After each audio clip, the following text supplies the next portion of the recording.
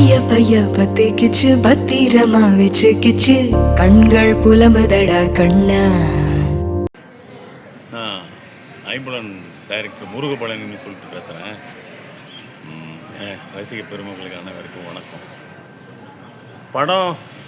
படம் டைரக்ஷன் பண்ணியிருக்கோம். ஆனால் ஜனங்க நல்லா இருக்குன்னு சொல்கிறாங்க. இப்போ நான் சொல்லணுன்ற ஒன்றும் இல்லை. பப்ளிக்கு தான் என்ன சொல்கிறாங்க அப்படின்னு பார்த்தா, பப்ளிக் ரொம்ப அழுதுட்டேன் இது பண்ணுறாங்க. பப்ளிக்கு அவங்கள ரிசீவ் பண்ணுற மாதிரி அவங்களுக்கான விஷயமா அந்த ஸ்டேட்மெண்ட் வரது தான் நான் எதிர்பார்த்தேன். அது வந்திருக்கு.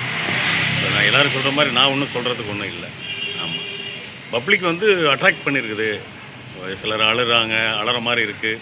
கிளைமேக்ஸ் ஏன் இப்படி வச்சிங்க, ஏன் அப்படி இருக்குது, என்னங்க இப்படி பண்ணிட்டீங்க அப்படின்ட்டு அவங்க மனசை உருக்கிற மாதிரி அவங்க சொல்கிறது தான். இதில் நம்ம ஒன்றும் புதுசாக நான் என்னத்தை சொல்கிறது, டைரக்டர்ன்றது பற்றியில் அதெல்லாம் ஒன்றும் சொல்கிறதுக்கு ஒன்றும் இல்லை. பப்ளிக் தான் அதில் எஜமான். அவங்க என்ன சொல்கிறாங்களோ அதுதான் நான். இப்போது இந்த ஃபிலிமில்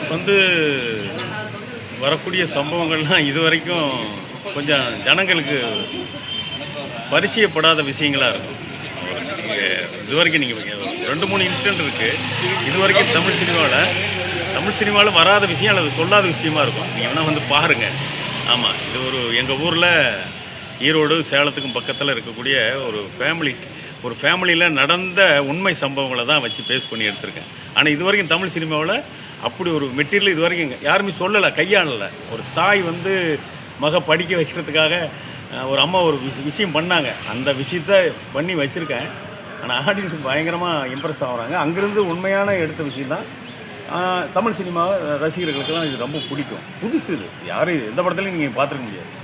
லவ்வை அவ்வளோ ஒரு இதாக சொல்லியிருக்கேன். லவ்வுக்கு ஒரு சிம்பிள் வேறு இதில் சொல்லியிருக்கோம். அதெல்லாம் நீங்கள் பார்த்தா தான் தெரியும். முக்கியமாக ஜனங்களுக்கு பிடிக்கும். அப்புறம் இந்த ஐம்புலன் படத்தில் ஜோகன் தான் மியூசிக் பண்ணியிருக்காப்புல. அந்த 5 சாங் இருக்குது. 5 சாங்கு இன்றைக்கி பட்டி தொட்டியெல்லாம் கேட்டுட்ருக்கிற மாதிரி பண்ணி வச்சுருக்காங்க. அதனால் அவருக்கு ஒரு வாழ்த்துக்கள். Fight master master Rocky Rajesh அவர்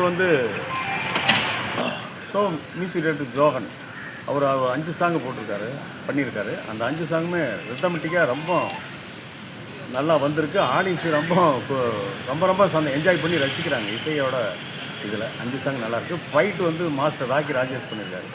ரொம்ப தரமாக பண்ணியிருக்காரு.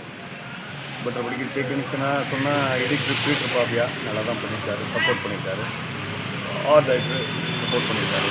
நம்ம கூட உள்ள கோ டைரக்டர், அசிஸ்டன்ட் டைரக்டர் எல்லாத்துக்கும் இந்த நேரத்தில் ரொம்ப நன்றி சொல்லிக்கிறேன். ஹீரோ ராக்கி ராஜேஷோட மகன் தான். ராஜேஷோட மாஸ்டரோட பையன் தான் ஹீரோவாக பண்ணியிருக்காப்புல. ஹீரோயின் மீரா ஜாக்சனோட தங்கச்சி என்ன படம், அது ஒரு நியூ பேஸ் தான். எல்லாமே நியூ பேஸ் தான் சார். ஆமாம், ஆனால் கண்டென்ட்டாக இது எல்லா மக்களுக்கும் ரீச் ஆகணுன்றதுக்காக இப்போ நல்லபடியாக போயிட்டுருக்கு. பரபரப்பாக பேசிகிட்டு இருக்காங்க. ஐம்புலன் அப்படின்னா எல்லாத்துக்கும் தெரிகிற அளவுக்கு இந்த படத்தை ரீச் ஆகிடுச்சு.